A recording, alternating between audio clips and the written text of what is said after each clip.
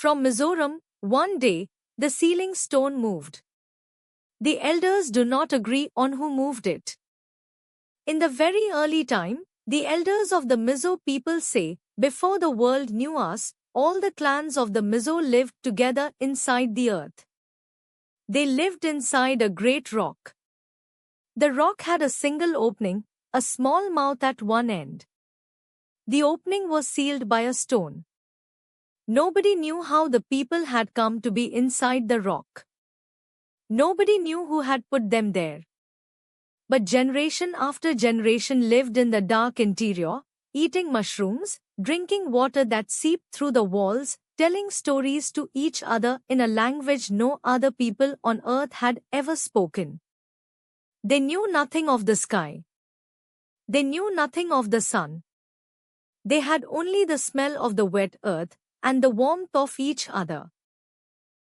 One day, the sealing stone moved. The elders do not agree on who moved it. Some say it was a great wind that lifted it. Some say it was a serpent who pushed it aside in passing. Some say it was the Creator God Himself, who decided the people had grown enough in the dark and were now ready to see the sky. The stone rolled away. A shaft of pure white sunlight fell into the cave. The Mizo people had never seen light before. They squinted. They wept. The youngest of them, a small boy, ran toward the light, and he was the first of all the Mizo to step out into the open world. After the boy, the others followed. One by one, family by family, clan by clan. The Lusek came out. The Hamar came out. The Ralte came out. The Pate came out. The Pavi came out. The Lei came out. The Mara came out. They poured out of Chinlung, that was the name they gave to the cave, for many days. They squinted in the sunlight. They saw the trees. They saw the rivers. They saw the smoke of cooking fires in the distance. They felt the wind on their faces. They smelled the rain coming. They were terrified at first. And then, slowly, they began to laugh. But the elders say that not everyone had come out yet. The Ralte clan, the chatty ones, the loud ones, the ones who talked too much and listened too little, were still inside the cave. They were so busy arguing with each other, the legend says, about who would walk out first, that they did not notice the time passing. And the gods, looking down, decided that the Ralte clan in particular needed a lesson. The stone, the legend says, was rolled back into place. The mouth of the cave was sealed again.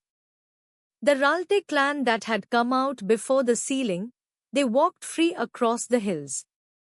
The ones who had been left arguing inside, they remained inside, perhaps to this day. Even now, the elders smile when a Mizo person talks too much without thinking. The neighbors will say, "Cousin, you must be one of the Ralte who got out late." The clans that had emerged spread out across the green wet hills of the Lushai region. They built their first villages on the high ridges, because the valleys were thick with leeches and tigers. They built their houses of bamboo, on stilts, with thatched roofs. They learned to grow rice on the slopes. They learned which berries were poisonous. They learned the songs of the birds.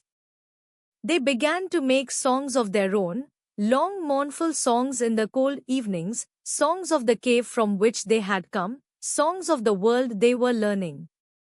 They began to think of themselves as one people, related by the cave, even when they fought among themselves. From those early days, the Mizo developed a code of conduct that became, in time, the central ethic of their culture. It is called Tlav Mangehna. It is hard to translate exactly. It is the obligation to be helpful, even to strangers, even at great cost to oneself, even when no one is watching. It is the duty to be brave in the face of suffering, without complaining. It is the unwillingness to draw attention to yourself when you do a kindness. It is the readiness to sit through the night with a sick neighbor whom you barely know. The elders say Tlav Mangana grew up inside the cave, when everyone had to share the small piece of mushroom they had found, or the small cup of water that seeped from the wall. Without Tlav Mangana, no one in the cave would have survived to come out into the light. The Mizo people will tell you they do not exactly know where Qianlong is on a modern map. Some say it was somewhere in southern China, where their ancestors are believed to have originated. Some say it was in the Chen Hills of Myanmar, just across the modern border. Some say it was in Mizoram itself, somewhere in the deep forests around Saiha. The elders will tell you, sometimes, very quietly, it does not matter where the cave was. What matters is that we came out of it together. We were one family in the dark. We are still that family, in the light. And every Mizo, when they help a stranger up a hill, or sit through the night with a sick child, or sing a sad song under a cold star, they are remembering what it was like, long ago, in the dark, when there were only us, and one small mouth in the rock that was about to open. Tomorrow's story comes from another corner of India. Subscribe to walk with us through the folklore of every region, in your language.